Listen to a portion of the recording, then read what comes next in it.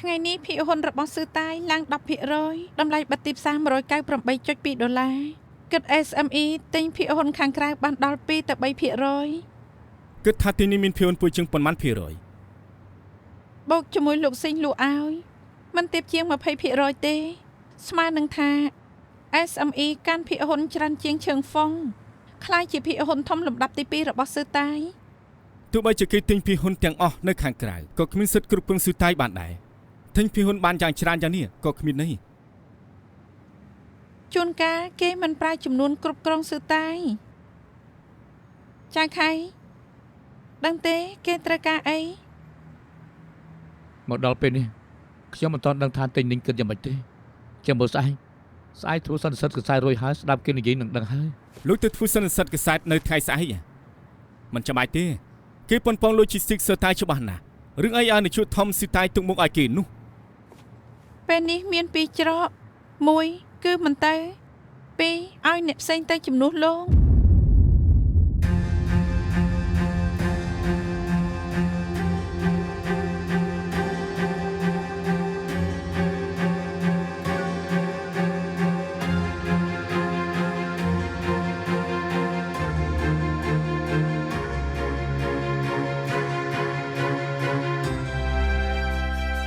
處境迴腸蕩氣，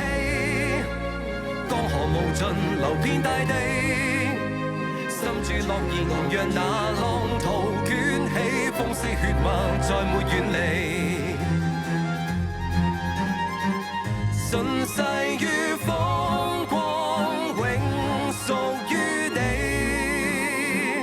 留下去長此逃離。人情和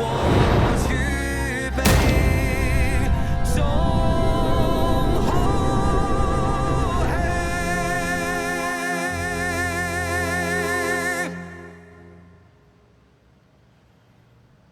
អ្នកនាងហ្វា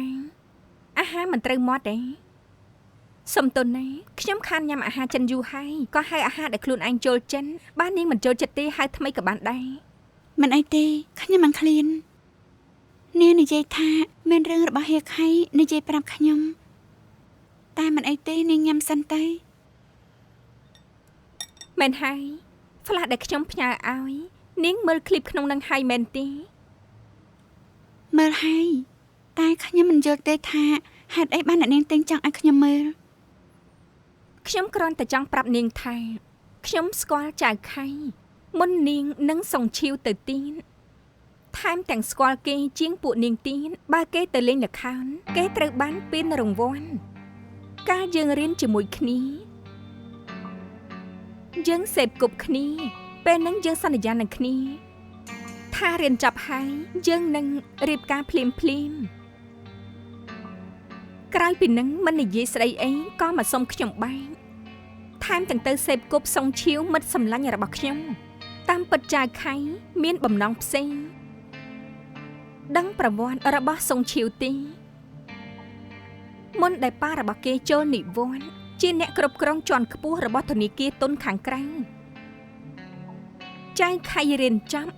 ហើយវិលមកហុងកុងអាយុមិនទាន់30ក៏បានអង្គុយលើកៅអីប្រធានរងទៅហើយគេប្រើខ្សែរបស់ឪពុកក្មេង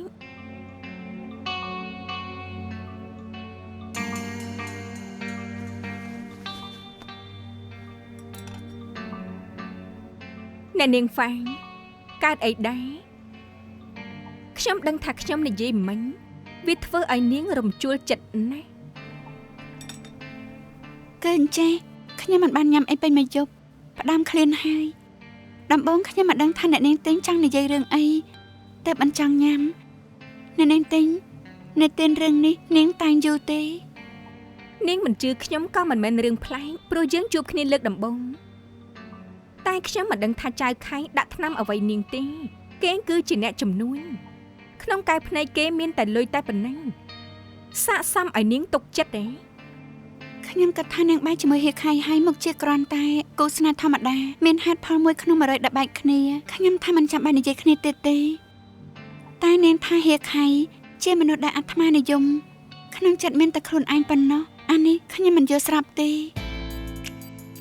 អ្នកដែលហៀខៃខ្វល់មិនមែនខ្លួនឯងតែជាកម្មករ150000នាក់និងក្រុមគ្រួសាររបស់គេអ្នកនាងទិញត្រូវសុំទៅផងធ្វើនាងខាត់ពេលគិតតែងរឿងព្រេងបែបនេះចេញមកបើខាង SME ចាប់អារម្មណ៍សឺតាយពិតមែននោះខ្ញុំចង់ឲ្យនាងប្រើច្រកផ្លូវដែលត្រឹមត្រូវទិញភាគហ៊ុនរបស់សឺតាយទៀតទៅតែខ្ញុំមិនបណ្ដោយឲ្យរឿងបែបនេះកើតឡើងសុំទៅសិនហើយមែនហើយខ្ញុំមានរបស់ឲ្យនាងវិញ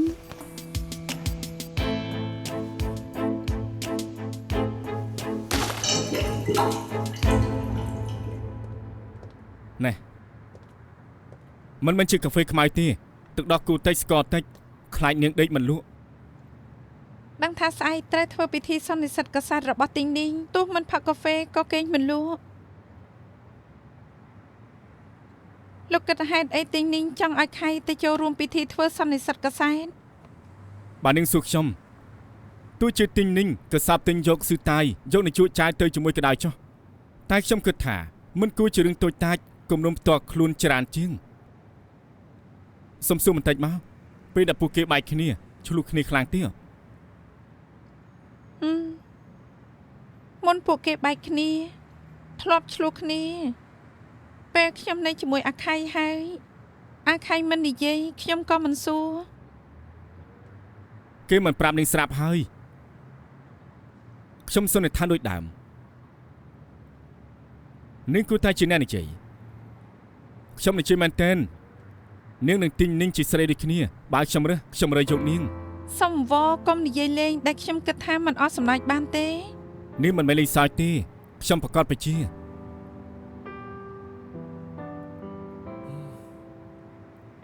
មែនហើយខ្ញុំនៅមានអវ៉ាន់ផ្ទះនាងមែនទេ ប្រមូលឲ្យហើយនៅក្នុងបន្ទប់ទុកខោអាវបើលោកមិនទំនេរឲ្យបេនយកទៅឲ្យក៏បាន ពេលដែលនាងរៀបចំអីវ៉ាន់មានឃើញអ្វីមួយយ៉ាងដែរអត់មានឃើញទេ ស្អីគេ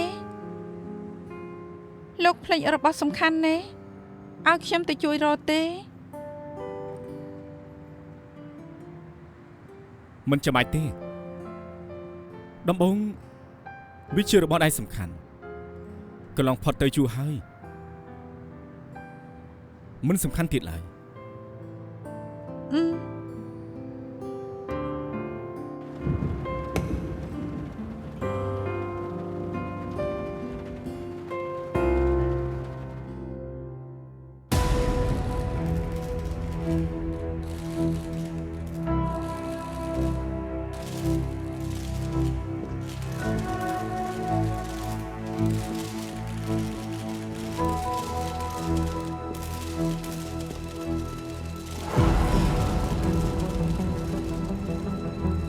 អាខៃជាប់កិច្ចការបន្ទាន់ខ្ញុំមកជំនួសគេមិនថាអីទេមែនទេ មិនថាទេខ្ញុំគ្រាន់តែចង់ឲ្យតំណាង Logistics សឺតាយចូលរួមតែប៉ុណ្ណោះហេរ៉ាញ់វត្ថុឆឹងហ្វុងជាម្នាក់ក្នុងភាគហ៊ុននាងមកជំនួសក៏ដូចគ្នា ធ្វើសន្និសីទកษัតរិយថ្ងៃនេះពាក់ព័ន្ធនឹង Logistics សឺតាយហ៎ បន្តិចទៅដឹងហើយ ដល់ពេលដែលខ្ញុំឆុងកាហ្វេឲ្យលោកផឹកហើយភ្លួតមើល អរគុណមែនហើយមានដឹងទេបើទីផ្សារទិញនេះនៅទិញអត់ ខ្ញុំមកឃើញតាមហើយ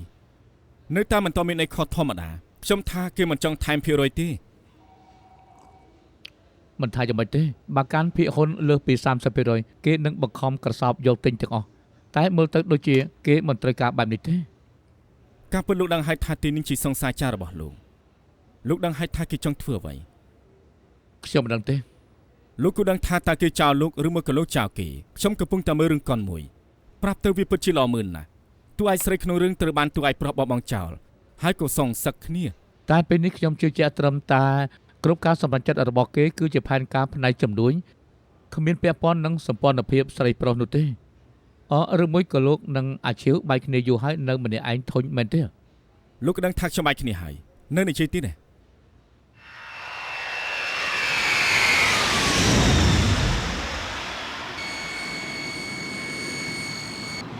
យ៉ាងមិនដែរស្រាប់យ៉ាង តែ ម៉េ នា ច ងហ្វាំងយើងកំពុងតែត្រួតពិនិត្យចុងក្រោយមុនពេលហោះហើរឃើញថាប្រព័ន្ធ Hydraulic មានបញ្ហាទើបយកទំនិញចុះមកទាំងអស់ពេលនេះកំពុងតែត្រួតពិនិត្យមើល ប្រើពេលយូរប៉ុណ្ណា ខ្ញុំថាហោះហើរមិនទាន់បានទេនាងហ្វាំងខ្ញុំទៅធ្វើការសិនហើយ អរគុណ បាទមិនទេ សិកា ជើងហោះហើរនេះដឹកអីចំនួនប្រមាណកោដៃណៃណា ដំបងត្រូវដឹកជញ្ជូនទំនិញជាង100តោនទៅធានជីងភាគច្រើនជាអាហារក្លាសេហើយឧបករណ៍ពេទ្យដែលរក្សានៅសីតុណ្ហភាពទាបចំណែកនៅសល់គឺជាគ្រឿងអគ្គិសនី អាសែមអាចឲ្យយន្តហោះផ្សេងទៅជំនួសបានទេ ពេលចេញមកខ្ញុំឆែកមើលហើយបដូរលឿនបំផុតក៏ថ្ងៃស្អែកដែរ មិនបាច់ចាំម៉ាខលជួយយន្តហោះដឹកជញ្ជូនទំនិញជើងនេះយឺតមិនបាន អរគុណសារព័ត៌មានគ្រប់ច្បាប់ដែលមកចូលរួមការធ្វើសន្និសីទកាសែត SME ខ្ញុំឆ្លៀតឱកាសនេះមកប្រកាសឲ្យដឹងរយៈនេះយើងទិញភាគហ៊ុនចំនួន1របស់ Logistics សឺតៃ 9137 មកទល់ថ្ងៃនេះយើងបានកាន់ភាគហ៊ុន 9137 ចំនួន 20.4% ហើយបានន័យថា SME យើងនេះជាភាគហ៊ុនលំដាប់ធំទី2របស់សឺតៃ SME តាំងចិត្តកសោបទិញយកស៊ឺតៃមែនដែរទេ SME មិនដែលមានគំនិតក្រសោបទិញយក Logistics សឺតៃទេតែហេតុអីបានជាទិញភាគហ៊ុនពួកគេហេតុផលងាយណាស់បើយើងចាប់អារម្មណ៍ពីអនាគតរបស់សឺតៃ SME ក៏ជាចំនួន Logistics សឺតៃគ្រប់គ្រងគ្នាមិនមែនរឿងចម្លែកមិនចាំបាច់ត្រូវយល់អីលើសពីនេះទេ មានគម្រោងរួមការងារជាមួយ Logistics សឺតៃ គ ទេ ណៈកម្មការស៊ឺតៃគិតយ៉ាងម៉េចដែលពួកនាងចង់កាន់កាប់ភាគហ៊ុនច្រើនម្លឹង ខ្ញុំគិតថាអ្នកសារព័ត៌មាននឹងសង្ស័យអំពីរឿងនេះទើបខ្ញុំអញ្ជើញតំណាងសឺតៃមកដែរខ្ញុំជឿជាក់ថាអ្នកនាងសុងឈៀវនឹងឲ្យចម្លើយដែលគ្រប់គ្នាពេញចិត្តជួយយកមីក្រូហ្វូនទៅឲ្យអ្នកនាងសុងផង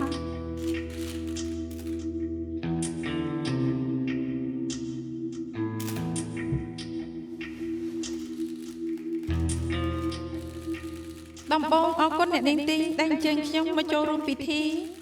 ខ្ញុំសូមប្រាប់គ្រប់គ្នាថា Logistics សឺតៃជាក្រុមហ៊ុនចូលទីផ្សារភាគហ៊ុនយើងរីករាយឲ្យគ្រប់គ្នាទិញភាគហ៊ុនរបស់យើងឆ្លងតាមទីផ្សារភាគហ៊ុន SME ជាចំនួនលំដាប់សកលខ្ញុំនិងគណៈកម្មការទាំងអស់រីករាយឲ្យពួកគេផ្ដល់ភាពសំខាន់យើងសូមសន្យាជាមួយអ្នកកាន់ភាគហ៊ុនរបស់សឺតៃថាយើងនឹងមើលខុសត្រូវការគ្រប់គ្រងយ៉ាងតឹងរ៉ឹងឲ្យអ្នកដែលកាន់ភាគហ៊ុនបានទទួលការតបស្នងដែលល្អបំផុតចំណែកការរួមដៃនោះខ្ញុំគិតថាមុខជាទៅមិនរួចទេ អ្នកនាងសុងធ្លាប់គិតទេថា SME គឺមួយក្នុង3ជា Logistics លំដាប់ពិភពលោកបើបានរួមដៃគ្នាវាជាផលល្អដល់ការអភិវឌ្ឍស៊ឺតៃមែនទេ ខ្ញុំស្គាល់សមត្ថភាពរបស់ SME ច្បាស់ក្រៅពីយើងនៅក្នុងសង្គមជាមួយគ្នាកាន់តែគួររក្សាភាពជាផ្ទាល់ខ្លួនដែលកន្លងមក Logistics សឺតៃមានការគ្រប់គ្រងដៃជារូបបែបជារបស់ខ្លួនមិនដែលមានការប្រែប្រួលឬប្រងពីអ្នកណាម្នាក់ខ្ញុំជឿថាខាង SME មុខជាគិតដូចយើងលើកនេះគ្រាន់តែជាការបណ្ដាក់ទុនខាងចំនួនប៉ុណ្ណោះគ្មានគិតរួមដៃខាងចំនួនជាមួយ Logistics សឺតៃរបស់យើងនោះទេបណ្ដាលមកពី SME ជាក្រុមហ៊ុនក្រៅវប្បធម៌របស់ចំនួនខុសគ្នានឹងចូលគ្នាបានវាមុខជាពិបាកត្រូវទេអ្នកនាងទេ សុំទោសអ្នកនាងសុងខ្ញុំមិនសូវយល់ស្របតាមអ្នកនាងនិយាយទេមកពីយើងនៅក្នុងសង្គមជាមួយគ្នាជួយបំពេញគ្នាទៅវិញទៅមកបានមិនរួមដៃក៏មិនអីតែយើងចេះលុយទិញភាគហ៊ុនរបស់ក្រុមហ៊ុននេះក្នុងឋានៈភាគហ៊ុនធំលំដាប់ទី2កាន់កាប់1ភាគ5នៃភាគហ៊ុនសូមចូលរួមជាគណៈកម្មការរបស់សឺតៃត្រឹមត្រូវហើយមែនទេតែយើងធ្វើសន្និសីទកាសែតថ្ងៃនេះព្រោះចង់ស្នើសុំបានជាម្នាក់ក្នុងគណៈកម្មការរបស់ Logistics សឺតៃ តើមីងទេប្រាប់ឆឹងលូឲ្យណាត់គណៈកម្មការចេញមកណា កុំអីតែរកឆឹងលូឲ្យអេម៉ាចាត់ការ តាមគោលការណ៍ច្បាប់របស់ Logistics សឺតៃការកាន់ភាគហ៊ុនច្រើនតែមិនមែនបច្ច័យមួយនៃការពិចារណាចូលរួមគណៈកម្មការទេយើងមានច្បាប់វិន័យដំបូងត្រូវមានការអនុញ្ញាតពីគណៈកម្មការ ខ្ញុំកំពុងការជាឯកសារម្នាក់ក្នុងគណៈកម្មការលោកជូអ៊ីហ្វាំងស្នើឲ្យ SME តំណាងចូលរួមជាគណៈកម្មការ Logistics សឺតៃអ្នកនាងសុំខាងនេះគួរតែកោះហៅប្រជុំគណៈកម្មការតាមសំណើខ្ញុំឬអត់ទេ អ្នកនាងសុងនាងប្រឆាំងនឹងពួកគេចូលរួមគណៈកម្មការមកពីមើលងាយទុនខាងក្រៅបែបដែរទេ ខាងយើងមានភាពយុត្តិធម៌ស្មើភាពគ្នាមិនប្រកាន់បើសិនជាចង់ចូលគណៈកម្មការនោះបើមានគណៈកម្មការលើពាក់កណ្ដាលយល់ស្របក៏អូខេខ្ញុំត្រូវតែពិភាក្សាជាមួយលោកនាយកសិន ខ្ញុំដឹងថាមានច្បាប់វិន័យត្រូវបើកប្រជុំគណៈកម្មការក្នុងរយៈពេល7ថ្ងៃពិចារណាការស្នើសុំរបស់ខ្ញុំសង្ឃឹមថាមិនពន្យាពេលទេណា កុំបារម្ភអីអ្នកនាងទេយើងនឹងធ្វើតាមច្បាប់វិន័យគ្រប់គ្រងជំនួយរបស់ហុងកុងមើលការសុំរបស់នាងយ៉ាងយុត្តិធម៌និងស្មារតី បងអ្នកឲ្យយើងខ្ចីយន្តហោះលឿនបំផុតនោះមានតែ logistics មួយគឺ SME នៅនាងហ្វាំងមែនទេខ្ញុំជាអាឡាន់នៅ SME សួស្តីខ្ញុំត្រៀមយន្តហោះដឹកជញ្ជូនមួយគ្រឿងរួចហើយហោះមកពីវាលយន្តហោះសន្យាគិតថាមកដល់ដាក់ទំនិញរួចហើយគួរតែទៅដល់ធានជិញ4ម៉ោង3ភ្លឺ អរគុណខ្ញុំឲ្យកូនចៅត្រៀមកិច្ចសន្យាជួលហើយ1ម៉ោងទៀតមិនបានក្នុងអ៊ីនធឺណិតបានហើយ ខាងយើង SME ជាភាគហ៊ុនធំរបស់ស៊ឺតៃមិនចាំបាច់ធ្វើច្បាស់លាស់ម្លឹងនោះទេ សំតោណាទោះជាខាងលោកកាន់ភាគហ៊ុនរបស់យើងខ្ញុំក៏ចង់ឲ្យគ្រប់យ៉ាងទៅតាមច្បាប់ទម្លាប់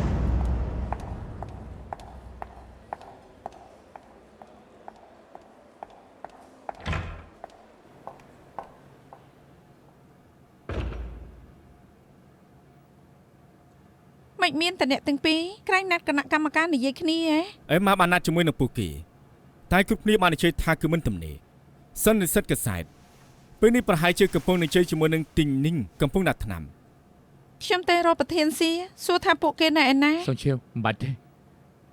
តាមពិតខ្ញុំនឹងទិញនេះរៀងខ្លួនមានសិទ្ធិបញ្ចុះបញ្ចូលគណៈកម្មការគឺខ្ញុំមិនចង់ឲ្យពួកគេគិតថាខ្ញុំគឺជាតុលាការទឿនពួកគេមានសេរីភាពវិភាគការយល់ឃើញទាំងសងខាងហើយសម្រាប់ចិន ខ្ញុំមិនប្រាប់គ្រប់គ្នាទេថាយើងមានបទពិសោធន៍ប៉ុណ្ណាខាង logistics ចេះទុនប៉ុន្មានចូលក្នុងទីផ្សារចិនព្រោះបើខ្ញុំនិយាយទៅក៏ដូចជាខាត់ពេលរបស់គ្រប់គ្នាជឿថាគ្រប់គ្នាដឹងច្បាស់ថា SME មានសក្តានុពលខ្ញុំគ្រាន់តែចង់និយាយរឿងដែលកើតឡើងកាលពីរសៀល5យន្តហោះដឹកជញ្ជូនទំនិញមួយគ្រឿងដែលហោះហើរពីសិនចិនទៅធានជិញរបស់ស៊ឺតៃមានហេតុការណ៍រអាក់រអួល ទំនិញ10តោននៅលើយន្តហោះត្រូវដាក់ចុះមកភ្លាមធ្វើយ៉ាងម៉េចទៅគោលការណ៍របស់ស៊ឺតៃមិនយឺតយ៉ាវសូម្បីតែ1វិនាទីពួកលោកដឹងទេថាចុងក្រោយដោះស្រាយបញ្ហានេះយ៉ាងម៉េច SME យើងយកយន្តហោះដឹកជញ្ជូនមកពីសន្យាមួយគ្រឿងក្នុងពេល1ម៉ោងមុនបានដឹកទំនិញទៅដល់ធានជិញក្នុងករណីនេះឲ្យចម្លៃគ្រប់គ្នាបាន ខាង SME បញ្ជូនតំណាងចូលរួមជាគណៈកម្មការជារឿងដែលល្អឬមួយជារឿងអាក្រក់ សល់ពេល7ថ្ងៃ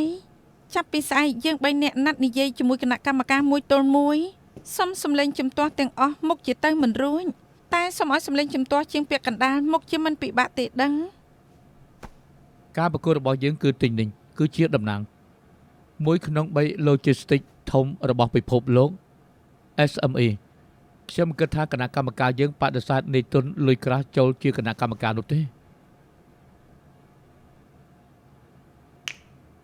ខ្ញុំគិតថាយើងអាចប្រាថ្នាជាកម្មការដោះស្រាយការព្រមព្រៀងរបស់ក្រុមហ៊ុនបានយើងកែប្រែប្រព័ន្ធការបោះឆ្នោតពីការលើកដៃនៅក្នុងអង្គប្រជុំដូចជាគិតតាមភាគរយភាគហ៊ុនលោកចៅបបជាមួយនឹងហេរ៉ាញ់វត្ថុរបស់ឆឹងហ្វុងនិងភាគហ៊ុនដែលហ្វាងកាន់ទោះបីជាគណៈកម្មការគ្រប់គ្នាជួយទិញនេះក៏គ្មានប្រយោជន៍ សូមឲ្យ Michael កែស្អែកតែម្ដងហើយប្រាប់គណៈកម្មការគ្រប់គ្នា តែរកគេទៅ ជប់សិនខ្ញុំយល់ស្របទេបានធ្វើដោយបង្ខំក៏ដូចជាឲ្យគេដឹងថាពួកយើងទៅ3អ្នកផ្ដាច់ការណាតាមពិតទៅអាចខ្ទាស់នឹងប្រព័ន្ធគ្រប់គ្រងចំនួនរបស់ក្រមពាណិជ្ជករផង ពេលនេះខ្វល់អីច្រើនមិនបានទេប្រការសំខាន់រីរាំងទិញនីងចូលគណៈកម្មការសិន អាឈៀវបើធ្វើបែបនឹងមែននោះនេះគឺថាទិញនេះព្រមងាយមែនទេបានទោះជាក្រមពាណិជ្ជកម្មមិនខ្វល់អំពីការទៀមទាយ៉ាងម៉េចក៏ទិញនេះប្តឹងដល់តុលាការដែរ ស៊ូក្តីជាមួយគេទៅ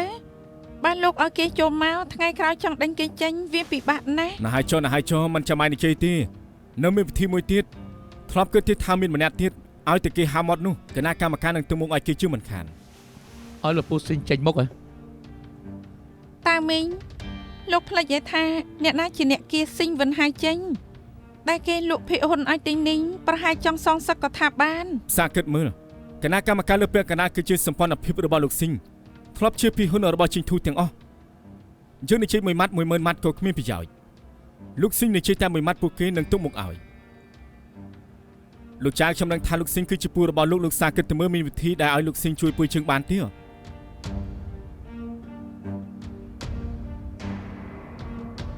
អញ្ចឹងសាឲ្យអេមីនិងម៉ៃខែលទៅសុំមើលទៅលោកស៊ីងប្រហែលមិនបដិសេធទេ ជឿខ្ញុំទៅខ្ញុំនៅជាមួយលោកស៊ីងយូរមកហើយដឹងពីសម្ព័ន្ធភាពគាត់និងកូនគាត់ច្បាស់ណាស់បើអីម៉ានិងម៉ៃខែលទៅនៅជិះទាល់តែសឹកមាត់ក៏គ្មានបានការខុសពីហ្វាំងលោកសាគិតមើលទៅសម្ព័ន្ធភាពឲ្យកូនពីរនាក់នេះគឺស្មុគស្មាញហ្វាំងមិនអាចសុំឲ្យពួកគេជួយសុំបីតែម្ដងបើគេហាមមាត់នោះលោកស៊ីងប្រកាសជាព្រមជួយតែក៏មិនចង់មកខំនៅអ្វីដែលគេមិនចង់ធ្វើដែរបើខ្ញុំទៅលូតជង្គង់គាត់រំសាយនោះខ្ញុំក៏ លោកស៊ីងត្រូវមិនបដិសេធនោះទេតែមិនចង់ឲ្យគេធ្វើនៅអ្វីដែលគេមិនចង់ធ្វើខ្ញុំទៅរកលោកពូខ្លួនឯងបើគាត់ចង់ឲ្យខ្ញុំលុតជង្គង់ហើយរំសាយគំនុំបាននោះខ្ញុំរីករាយនឹងធ្វើ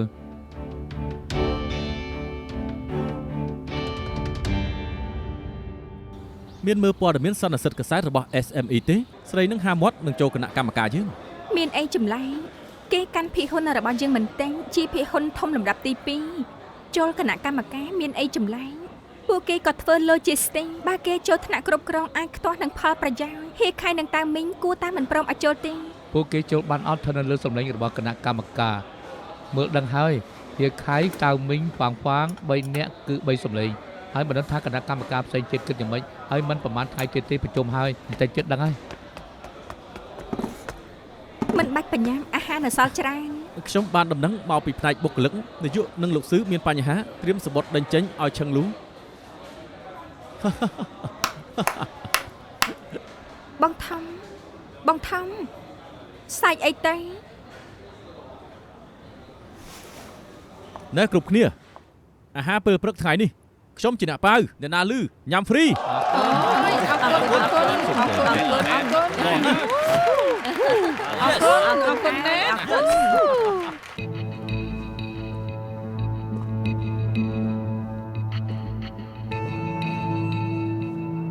តានេះគឺជាអ្វីខាងក្រុមហ៊ុនប្រស័យតាក់ទងបានផ្ញើជុំឲ្យខ្ញុំជាប្រវត្តិទូរស័ព្ទនេះមួយឆ្នាំការពិតទៅរាល់ជប់គឺនាងទៅញូវយ៉កថែមទាំងលេខតែមួយលេខទូរស័ព្ទនេះជាលេខទូរស័ព្ទរបស់ទីងនីងនៅ SME បើខ្ញុំតាក់ទងនឹងនាងទិញហើយយ៉ាងម៉េចក្រុមហ៊ុនមកជាមិនហាមខ្ញុំសេពគប់អ្នកណាជាមិត្តទេដឹងក្នុងពេលខ្ញុំមិនយល់ស្របនឹងការសេពប្រវត្តិទូរស័ព្ទរបស់ខ្ញុំល្មើឯកជនភាពខ្ញុំប្តឹងពួកលោកបាន មានអីបើនាងចង់ប្តឹងរឿងនេះឡើងតុលាការនោះពួកជើងរីករាយនឹងតស៊ូព្រោះខ្ញុំក៏ចង់ដឹងរឿងនេះពាក់ព័ន្ធនឹងកុហកខាងជំនួយដែរអត់ ម្សិលមិញខ្ញុំឃើញ Michael ឲ្យនាងតាក់ទងចូលយន្តហោះដឹកជញ្ជូនតែខ្ញុំមើលតាមប្រវត្តិកាត់ទេនោះនាងគ្មានទេរកជញ្ជូនហោះហាណាទេនាងតែចេញតែមួយខ្សែមិនក៏ខ្ញុំចាំច្បាស់ណាស់ព្រោះជាលេខទូរស័ព្ទដែលខ្ញុំប្រហែលណាខ្ញុំចាំបាន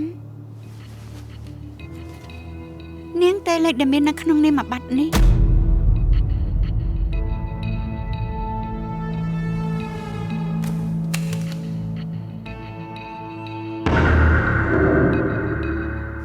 នាងតែខ្ចីយន្តហោះ SME ព្រោះចង់ឲ្យខាងយើងជំពាក់គុណគេខ្ញុំតែទៅរកគេពិតមែនតែក៏មិនបានន័យថាស្អីពួកនាងគ្មានផុសតាងថាខ្ញុំជាផ្ទៃក្នុងរបស់ SME មិនអញ្ចឹងពួកនាងមកជាប្តឹងយូរហើយមានអ្វីដែលមកអង្គុយត្រង់នេះនិយាយគ្មានប្រយោជន៍ គ្មានប្រយោជន៍ទេទីនេះមិនមែនជាតុលាការយើងមិនចាំបាច់ប្រកាន់លើផុសតាងតែបើលើកនេះពួកជើងជួយច្រឡំខ្លួនឯងនោះទុកថាអ្នកនាងឆឹងស៊ុយទៅចុះរំខាននាងនៅក្នុងបន្ទប់នេះមន្ត្រីផ្នែកបុគ្គលិកនឹងមកជួយធ្វើឯកសារឲ្យនាងហើយទៅតុកនាងរៀបចំអីវ៉ាន់ឲ្យ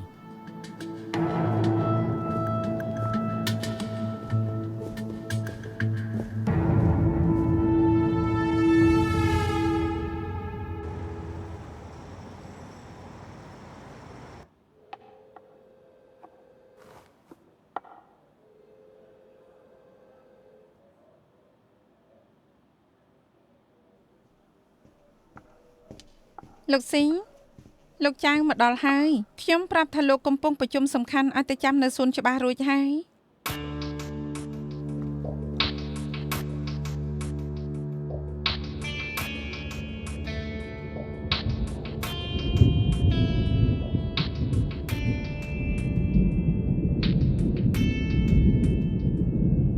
តទៅជាព័ត៌មានអន្តរជាតិ SME ក្រុមហ៊ុន Logistics ខ្នាតធំរបស់អាមេរិកកម្មករមកធ្វើបាតកម្មជាបន្តបន្ទាប់ក្រោយពីមានកម្មករមានរបួសទាំងសងខាងមិនអាចធ្វើការសងហើយសាងប្រព័ន្ធសុវត្ថិភាពឲ្យកម្មករបានយ៉ាងពេញទំហឹងក្រោយពីមានកម្មករធ្វើបាតកម្មពេលនេះការដឹកជញ្ជូនទំនិញយឺតយ៉ាវដល់ទៅ5រដ្ឋ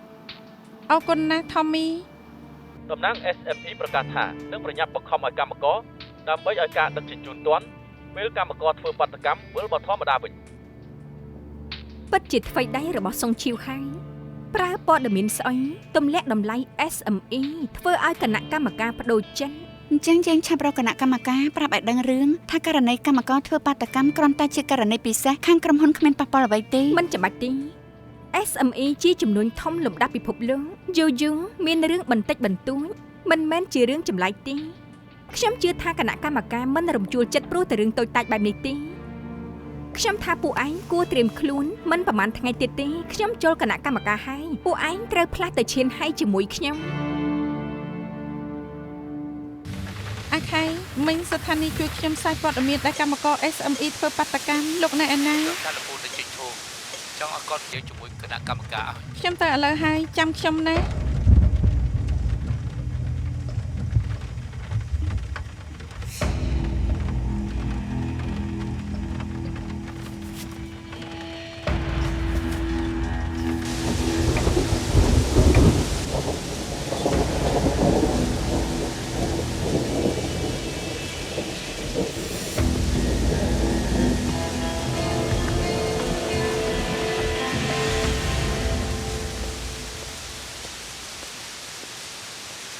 ចំពោះប្រជុំរួចហើយ មែនហើយបើដឹងថាមេឃភ្លៀងចឹងមិនឲ្យឯងមកចាំពូនៅត្រង់នេះទេសុំទោសផងណា មិនអីទេ ពេលនេះពូត្រូវមើលខុសត្រូវចេញធូរទៀតគ្រប់ផ្នែកសុំឲ្យពូប្រជុំពូឆ្លៀតពេលមករកឯងនេះទេ ខ្ញុំយល់លពូដឹងថាលពូរវល់មិនរំខានពូទេខ្ញុំចង់សួរថាលពូដឹងថា SME ចង់ចូលគណៈកម្មការសិទ្ធិតែ ឯងក៏ដឹងដែរភាគហ៊ុន 12% ដែលគេកាន់គឺពូជាអ្នកលក់ឲ្យគេពូដឹងថាគេត្រូវការអ្វីពួកគេដឹងខ្លួនថាគ្មានផ្លូវយកឈ្នះឯងខាងផ្នែកចំនួនភាគហ៊ុន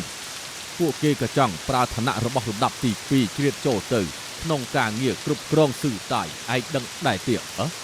តែគោលដៅរបស់គេមិនមែនចង់ចូលគណៈកម្មការពួកគេចាប់អារម្មណ៍ទីផ្សារចិនរបស់ពួកយើងដែលជំហានបន្តគឺដណ្ដើមអំណាចគ្រប់គ្រងស៊ឺតាយពីយើង មែនហើយខ្លានេះកាពះវាធំខ្លាំងណាស់បណ្ដោយឲ្យវាចូលផ្ទះប្រកាសជាក្តៅក្រហាយឯងនឹងតៅមីងបញ្ចុះបញ្ចូលគណៈកម្មការថាកុំឲ្យលើកដៃបោះឆ្នោតឲ្យស្រីតកូលទិញម្នាក់នោះ ខ្ញុំរលពូព្រោះតែរឿងនេះឯង មនុស្សចាស់ដូចជាពូនេះអាចជួយអីបានទៅ ទិញនេះដាក់គណៈកម្មការគ្រប់គ្នាគឺបញ្ចុះបញ្ចូលពួកគេហើយខ្ញុំនឹងតើមីងជឿជាក់ដែលអូទាញគណៈកម្មការពាក់កណ្ដាលចូលខាងយើងហើយខ្ញុំដឹងថាលពូនិងគណៈកម្មការស្និទ្ធស្នាលគ្នាបើពូជាអ្នកចេញមុខពួកគេនឹងទុកមុខឲ្យលពូ មែនគណៈកម្មការ13នាក់ស្គាល់ពូជាង2ឆ្នាំសូមឲ្យពួកគេលើកដៃជំទាស់គួរតែមិនពិបាកទេប៉ុន្តែហេតុអីពូចាំបាច់ធ្វើបែបនឹងនោះអ្នកដែលបាក់មុខមិនមែនខ្ញុំទេប៉ុន្តែគឺជាឯងទៅវិញទេថ្ងៃដែលឯងដេញខ្ញុំចេញពីគណៈកម្មការធ្លាប់គិតទេថាមានថ្ងៃនេះឯងទុកខ្ញុំជាពូអត់ទុកខ្ញុំជាមិត្តស្និទ្ធស្នាលរបស់ប៉ាឯងដែរអត់ខ្ញុំនិយាយត្រង់ជាមួយនឹងឯងទៅចុះថាខ្ញុំចង់ឃើញស្រីនឹងចូលគណៈកម្មការក្នុងពេលឆាប់នេះហើយបន្ទាប់មកទៀតគេនឹងទាត់ឯងជាមួយនឹងតៅមីងចេញដល់ថ្ងៃនឹងខ្ញុំប្រហែលជាសោយរហូតទាត់តែដេកមិនលក់ លពូមិនថាពីមុនណាខុសណាត្រូវនោះទេរឿងដែលមិនល្អនោះយើងបោះចោលទៅគៀនសិនទៅហើយពេលនេះក្រុមហ៊ុនខាងបរទេសចង់កសាបយកតំណែងរបស់ចិនគោលទៅយល់ដល់រួមមកអត់ ឯងឲ្យខ្ញុំយល់ដល់ប្រយោជន៍រួមអញ្ចឹងដែលឯងគៀសខ្ញុំចេញមិនជ្រុលពេកទេដឹងអី ធ្វើយ៉ាងម៉េចទៅលពូរំសាយគំនុំទៅ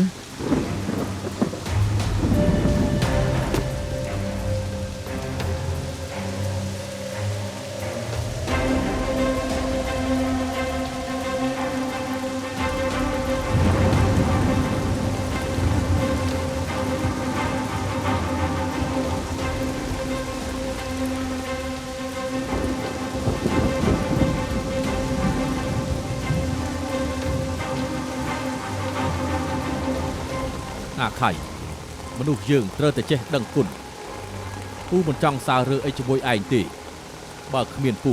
មុខជាគ្មាន logistics ស៊ឺតាយពេលនេះឯងមុខជានៅជាគោក្របីនៅក្នុងធនាគារមកល្បីដូចជាពេលនេះដែរមែនទេ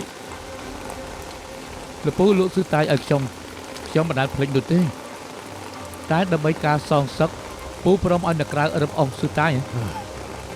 នៅស៊ឺតាយមានឯងនឹងតៅមីងទៅហើយពួកឯងជាមនុស្សផ្កាយទាំងពីរថ្ងៃនឹងពួកឯងដេញខ្ញុំចេញមកបានពេលនេះគ្មានផ្លូវបណ្ដោយឲ្យស្រីម្នាក់នឹងចូលមកបានដោយងាយនោះទេអាខៃលើកនេះពូពិតជាមិនអាចជួយឯងបានពិតមែន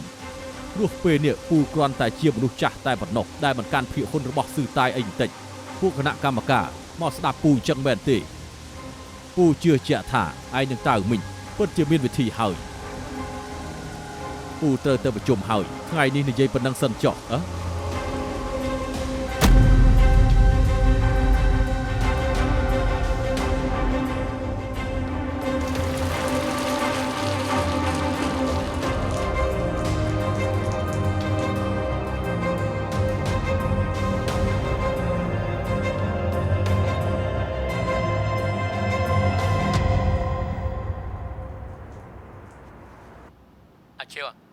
លើកនេះយើងត្រូវពឹងលើខ្លួនឯងហើយណា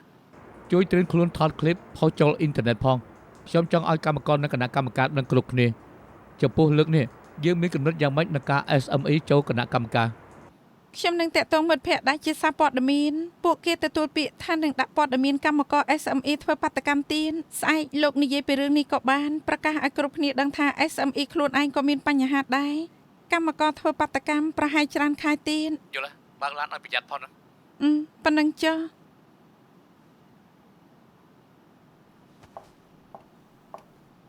អ្នកនាងសងវិលមុខឬក៏មិនស្រួលត្រង់ណាទេបានធូរហើយ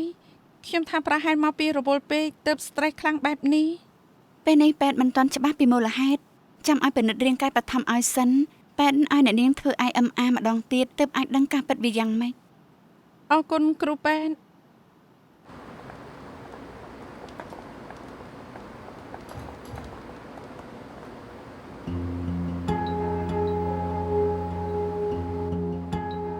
មិនដឹងថាលោកស៊ឺចង់និយាយអីជាមួយខ្ញុំពាក់ព័ន្ធនឹងខ្ញុំសុំចូលគណៈកម្មការស៊ឺតៃឬអត់មែនខ្ញុំចង់ប្រាប់អ្នកនាងទីញញថាទោះបីជាបញ្ចូលគណៈកម្មការជួយនឹងបានពាក់កណ្ដាលក៏គ្មានប្រយោជន៍យើងមានវិធីបិទមិនឲ្យនាងចូលខ្ញុំមិនយល់ពីសម្ដីលោកទេពួកលោកមានសិទ្ធិបដិសេធជំទាស់ខ្លាំងអញ្ចឹងហ៎កុំជួយច្រឡំយើងផ្ដល់កិត្តិយសឲ្យគណៈកម្មការគ្រប់គ្នាសម្រេចចិត្តតែក្នុងឋានៈជាប្រធានគេមានសិទ្ធិកែប្រែប្រព័ន្ធការបោះឆ្នោតបាននោះគឺពេលនេះតទៅជើងលែងលើកដៃបោះឆ្នោតទៀតហើយតែប្រើចំនួនភាគហ៊ុនមកករណីសម្លេងខ្ញុំចៅខៃបុបជាមួយនឹងហ្វាងខាន់ភាគហ៊ុនលើពាក់កណ្ដាលមិនអាចឈ្នះពួកជើងបានឡើយលោកស៊ីងធ្លាប់គិតទេថាបានអង្គុយកៅអីនយោបាយខ្លួនឯងខ្ញុំដឹងពេលហ្នឹងលោកស៊ឺចេញពីស៊ឺតៃដោយតឹងចិត្តណែនទ្រង់ពេលហ្នឹងលោកនិយាយថាជំនួញមិនគួរពឹងពាក់លើកម្លាំងមនុស្សបើចង់បានប្រយោជន៍ខ្ពស់បំផុតត្រូវប្រើ technology ជំនួសកម្លាំងមនុស្សខ្ញុំយល់ស្របតាមលោកស៊ឺនិយាយខ្ញុំជឿថាបើលោកជាមេដឹកនាំរបស់ស៊ឺតៃមិនយូរទេនឹងបានលេខ1របស់អាស៊ីនៃអ្នកនាងទិញគឺបើជើងបានធ្វើឲ្យនាងចូលនឹងប្រាថ្នាជាអ្នកខាន់ភាគហ៊ុនលំដាប់ទី2គាំទ្រខ្ញុំធ្វើជានាយកជំនួសចៅខៃខ្ញុំគិតបែបនេះមកយូរហើយរឿងដំបូងដែលខ្ញុំចូលគណៈកម្មការគឺបញ្ចប់តំណែងរបស់ចៅខៃហើយឲ្យលោកស៊ឺតៅមីងទទួលតំណែងនាយកជំនួសគេខ្ញុំជាមួយលោកចៅមានគំនិតគ្រប់គ្រងផ្នែកជំនួយខុសគ្នាខ្លះតែមានម្យ៉ាងដូចគ្នានោះគឺជើងបញ្ចូលចិត្តចរចាជាមួយអ្នកដែលជើងស្អប់ខ្ញុំនិយាយចប់ហើយសូមទោសដែលរំខានពេលនេះគណៈកម្មការបានសម្រេចហើយខ្ញុំប្រាប់នាងមុនគេចាបានថ្ងៃហ្នឹងខ្ញុំនឹងមិនធ្វើអ្វីទេចាំស្ដាប់ដំណឹងល្អរបស់លោកអ្នកនាងសង្ឃនៅមិនតាន់ដេកទេអូនៅខាងក្នុងស្អុស្អាប់ចេញមកអង្គុយលេងបន្តិចថ្ងៃស្អែកចេញបានហើយគ្រូពេទ្យម្ចាស់ជំងឺណាត់ពេលចាក់គីមីហើយមែនទេហើយមន្ត្រីរបស់យើងនឹងផ្ដល់ដំណឹងជម្រាបជូនមុនមួយថ្ងៃ អរគុណ បើអញ្ចឹងកុំហាខ្យល់យូរពេកខ្ញុំត្រូវទៅធ្វើការសិនហើយ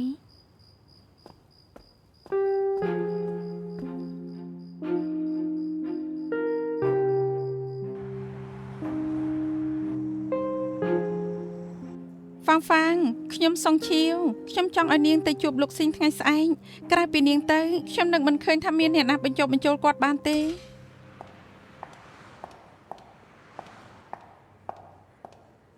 តែទៀតលេខាលោកស៊ីងនាំនាងឡើងទៅខ្ញុំដឹងថាសម្ព័ន្ធភាពឪកូនដូចជាស្មុគស្មាញតែខ្ញុំនឹកមិនឃើញថាមានអ្នកណាបញ្ចុះបញ្ចូលគាត់បាន ខ្ញុំជាគណៈកម្មការរបស់សឺតៃខ្ញុំមានតួនាទីនេះតែហេខៃនៅនិយាយមិនបានខ្ញុំមិនដឹងថាគាត់ព្រមស្ដាប់ខ្ញុំឬអត់ទេ យ៉ាងម៉េចក៏ដោយធ្វើឲ្យបានល្អបំផុត អ្នកនាងកាត់អីហ្នឹងដូចជាអស់កម្លាំងមិនស្រួលខ្លួននេះ យប់មិញគេមិនលក់ពួកនាងនិយាយតែពីរនាក់គួរតែងាយជាងខ្ញុំចាំខាងក្រោមអ្នកនាងសុងអ្នកនាងហ្វាងលោកស៊ីងចាំនៅខាងលើហើយ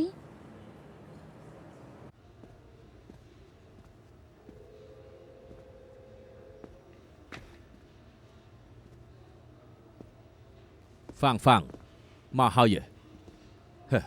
ខ្ញុំចេញពីស៊ឺតាយូរហើយនាងមិនដែលមករកខ្ញុំសោះខ្ញុំគិតថានាងនៅខឹងខ្ញុំលែងមករកខ្ញុំទៀតហើយញ៉ាំបាយហើយនៅខ្ញុំឲ្យលេខាទេតកក់តុកញ៉ាំមិនដើរនិយាយគ្នាមិនដើរ ទេខ្ញុំនិយាយចាប់ទៅវិញភ្លាម ខ្ញុំដឹងថានាងមករកខ្ញុំនិយាយរឿងអីហើយ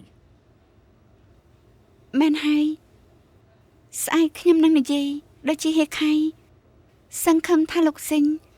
ព្រមចូលរួមប្រជុំគណៈកម្មការហើយបញ្ចុះបញ្ចូលគណៈកម្មការមិនឲ្យបោះឆ្នោតឲ្យទីងនីង ដែលខ្ញុំឆ្លើយនៅថ្ងៃនេះនឹងឆ្លើយដូចដែលឆ្លើយជាមួយនឹងចៅខៃខ្ញុំលែងជាគណៈកម្មការទៀតហើយគណៈកម្មការគ្រប់គ្រងអ្នកណាគ្មានពាក់ព័ន្ធនឹងខ្ញុំទេតាមពិតសុំវល់ឲ្យខ្ញុំចេញមកនិយាយមួយម៉ាត់ពីរវាមិនអីនោះទេប៉ុន្តែអ្នកដែលដេញខ្ញុំចេញពីគណៈកម្មការគឺចៅខៃមនុស្សដូចជាខ្ញុំនេះមនុស្សចងគំនុំណាស់ លោកស៊ីងលោកកុំគិតថាការជួយចៅខៃអ៊ីតែជួយខ្ញុំ ថ្ងៃនេះនាងមកសុំវល់ខ្ញុំជំនួសចៅខៃប៉ុន្តែនាងហៅខ្ញុំថាលោកស៊ីងខ្ញុំសុំសួរមើលថាហៅខ្ញុំថាប៉ាពិបាកណាស់មែនទេ លោកប៉ាលោកក៏ដឹងថាស្រីតកោទិញជួយ SME កសាប់យកស៊ឺតៃគេទិញភាគហ៊ុនស៊ឺតៃទៅច្រើនដើម្បីចូលគណៈកម្មការឲ្យតែប៉ាព្រម បានហើយច្រើនឆ្នាំមកនេះខ្ញុំចាំឲ្យនាងហៅខ្ញុំថាប៉ាតែពាក្យថាប៉ាចេញពីមាត់របស់នាងនេះវាសគាតិចខ្ញុំខ្លាំងណាស់នាងបខំចិត្តហៅខ្ញុំថាប៉ាដើម្បីជួយចៅខៃមែនទេប្រុសនឹងដាក់ស្នេហ៍នាងអីនាងមិនពេញចិត្តហៅខ្ញុំថាប៉ានោះទេលេបសម្ដីវិញទៅបានដែរទេខ្ញុំមានការងារត្រូវធ្វើទៀតនាងទៅវិញទៅ លោកស៊ីងលោកខុសពាក្យសច្ចៈមុនលោកទទួលយកពាក្យនឹងហេខៃថាមិនលក់ភាគហ៊ុនតែលោកក៏លក់មិនក៏លោកមិនຕົកថាជួយគេទៅអាចតែលោកព្រមហាមាត់គណៈកម្មការពិតជាស្ដាប់លោក ភាគហ៊ុនជារបស់ខ្ញុំចង់លក់ឲ្យអ្នកណាខ្ញុំក៏លក់មាត់ជារបស់ខ្ញុំអ្នកណាមកបង្ខំឲ្យខ្ញុំនិយាយក៏មិនបានដែរ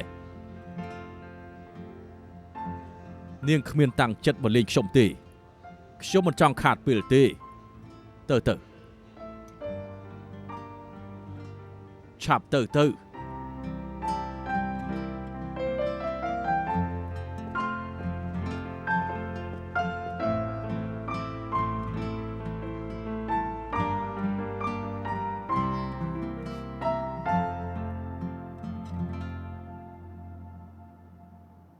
មិនប្រមាណថ្ងៃទៀតទេ Logistics ស៊ឺតាយើងមានការប្រជុំគណៈកម្មការរឿង SME ចូលគណៈកម្មការខ្ញុំឲ្យអ្នកទាំងអស់គ្នាសម្រេចចិត្តប៉ុន្តែមុននឹងប្រជុំខ្ញុំមានការយកឃើញឲ្យអស់លោកដឹងពួកលោកធ្លាប់គិតទេថា SME បានទិញភាគហ៊ុនស៊ឺតាក្នុងចំនួនដ៏ច្រើនហើយហេតុអីបានជាអ្នកស្នើសូមចូលគណៈកម្មការនោះ ព្រោះអ្វីដែលពួកគេចាប់អារម្មណ៍នោះមិនមែនក្រុមហ៊ុនស៊ឺតៃរបស់ពួកយើងនោះទេតែមកប្រចង់គ្រប់គ្រងទីផ្សារចិនរបស់ពួកយើងប៉ុណ្ណោះ ស៊ឺតៃផ្ដាំឡាយផ្ទាល់ហើយយ៉ាងម៉េចតបភ្ជាប់បានទេ បានហើយ គ្រប់គ្នាដឹងទេ SME គឺធ្វើចំនួនបែបណាហេតុអីបានជាជាប់ logistics មួយក្នុង3 logistics លំដាប់ពិភពលោកក្នុងរយៈពេល10ឆ្នាំដ៏ខ្លីនេះព្រោះថាពួកគេចេះប្រើល្បិចក្នុងការធ្វើចំនួនរឹបអូសយកផលសម្រេចដែលគេតស៊ូយូរមកហើយនៅឆ្នាំ2008ពួកគេចាប់ដៃគូជាមួយនឹង logistics នៅអាល្លឺម៉ង់ពេលចូលទីផ្សារអឺរ៉ុបនៅឆ្នាំ2010នៅឆ្នាំហ្នឹងពួកគេវាយលុកទីផ្សារអាស៊ីលើកដំបូងពួកគេក៏សោបទំនិញ logistics ស៊ឺតាយធំនៅជប៉ុនថែមទាំងគ្រប់គ្រងទីផ្សារដល់ទៅ 60% ឯណោះឆ្នាំទីមួយនៅអ៊ីតាលីអេស្ប៉ាញបារាំងក្រុមហ៊ុន logistics ធំនៅដែនដីគឺបង្កើតជាបណ្ដាញ logistics ចុងក្រោយបដូរពួកគេជាក្រុមហ៊ុនកូនរបស់ SME ឆ្នាំ2014ពួកគេចូលហ៊ុន Delta S របស់អង់គ្លេសហើយប្រើពេល2ឆ្នាំទិញភាគហ៊ុនបាក់ម្ខាងបន្តបន្ទាប់ទៀតផងចុងក្រោយទៅក៏សោបយក Delta S បានសម្រេចក្នុងពេល3ឆ្នាំពួកគេក៏កសោបទិញ Logistics ដែលធំបំផុតនៅឯប្រទេសថៃហ្វីលីពីននិងឥណ្ឌូនេស៊ីពេលនេះដល់ពេលប្រទេសចិនហើយពួកគេប្រើវិធីដដែលគ្រប់គ្រង logistics ដែលមានភាគរយទីផ្សារខ្ពស់បំផុតធ្វើការផ្ដាច់មុខគោលដៅរបស់ពួកគេគឺយើង logistics ស្ទាយខ្ញុំជានាយកខ្ញុំមានទុនទីរៀងដាក់ប៉ុនប៉ងបំផ្លាញក្រុមហ៊ុនយើងចូលក្នុងគណៈកម្មការហើយខ្ញុំក៏ជឿថាគ្រប់គ្នាដូចជាខ្ញុំមិនចង់ឃើញប៉ាយរបស់ស្ទាយយើងត្រូវដូចជា SME នោះទេសាកមើលទៅចាំមើលដែលចៅខៃនិយាយបញ្ចុះបញ្ចូលគណៈកម្មការបានអត់ខ្ញុំក៏ចង់ឃើញចៅខៃចាញ់តទៅបោកគូតខាង